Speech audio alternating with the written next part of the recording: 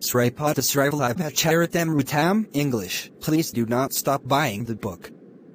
Having a copy of the book at home is beneficial and brings auspiciousness to the house.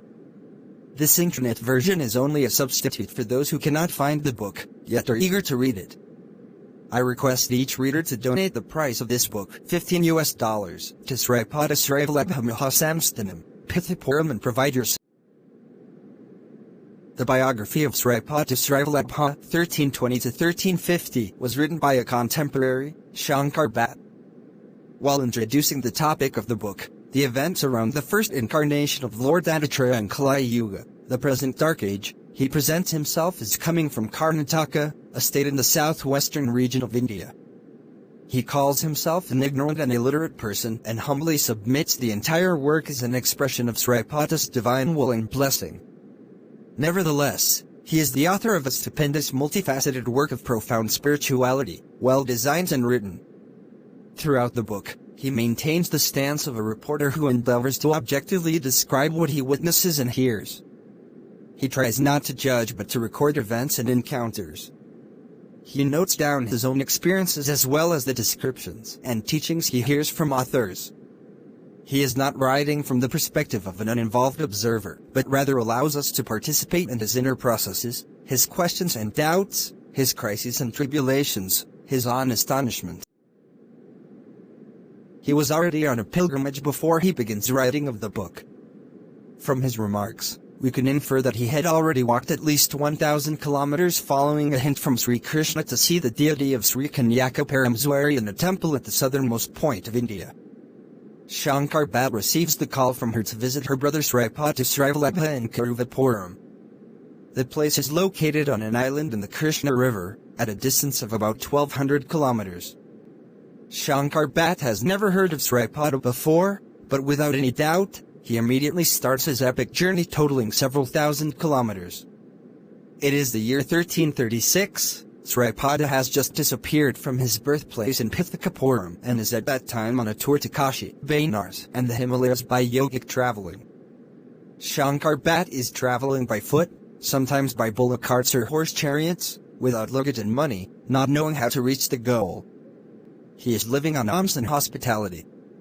He is sleeping at the places he comes along, experiencing hunger and life-threatening situations. He is walking alone or with co-travelers. He meets saints, frauds and robbers, farmers and merchants, kings, housewives and prostitutes. He encounters orthodox arrogance, sectarianism, lies, disputes and even complots against Sri Pada, which the latter dissolves in surprising ways. Shankar Bhatt is a Brahmin, but his experiences teach him to overcome the barriers of caste and creed and feel the unity of all who are striving towards the divine. He undergoes deep transformations and is carried forward on his initiatory journey by a fiery inspiration which is strengthened by his encounters with sublime siddhas and yogis. He interrogates them about profound spiritual topics and above all about their experiences with the divine, with Sri Pada Sri Vallabha. Often, they knew beforehand through messages of Sri Pada or clairvoyant perceptions that Shankar Bhatt would be coming, and they willingly share with him fantastic stories about Sri Pada's effulgent presence and his miraculous playful pastimes.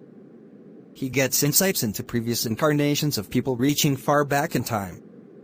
And he learns about Sri Pada's announcements of his own future incarnations as Narasimha Saraswati, 1378–1459, and Swami Samartha, 1878. There are also many hints to future events, some of which by now already belong to the past. The book is full of unimaginable events, revelations and wonders, like cases of souls simultaneously incarnating in different bodies or numerous cases of bringing deceased persons back to life. But the indisputable highlight is Shankar Bhatt's personal encounter with Sri Pada, the goal of his search. The story does not end there. Shankar Bhatt continues his journey to other places Sri Pada sends him. Shankar Bhatt meets his family and friends and collects more astounding. He finally comes to live with Sri Pada at Karuvapuram. There, he looks after the numerous devotees coming to his wisdom teachings. He takes care of cooking and cleaning. When the food is not enough for all the visitors, Sri Pada sprinkles some water on it and it becomes inexhaustible. He is a first-hand witness of how Sri Pada consoles and heals, full of love and affection. He works on the biography with a tremendous memory about names and details of events. He writes the Charitamrutam 1 on Paryapatra, bark leaves of the Indian birch tree. And he writes it in Sanskrit. The book has a strange history. After the disappearance of Sri Pada, Shankar Bhatt continues to live in Karuvapuram for 3 more years completing the text, and Sri Pada appears to him every night at midnight. After finishing the Charitamrutam, he reads it with 5 persons. He knows from Sri Pada that it won't be published immediately. After a Telugu version is created, his Sanskrit version will vanish and will be transported to a subterranean location under the birthplace of Sri Pada. The Telugu version will come to light in the 33rd generation of the family of Sri Pada's maternal grandfather after a certain sign for this is given.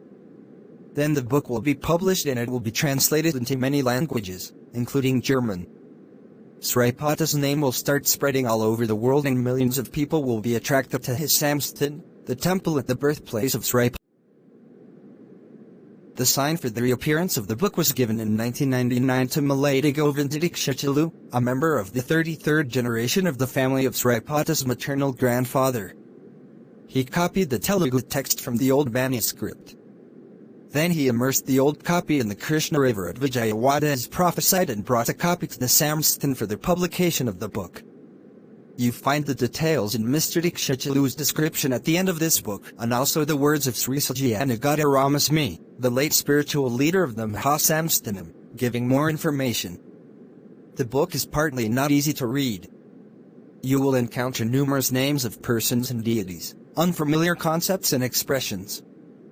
To help the reader, the present edition is enriched with many footnote explanations and a commented register of persons. The best, however, is to read the book with an open mind and heart, not trying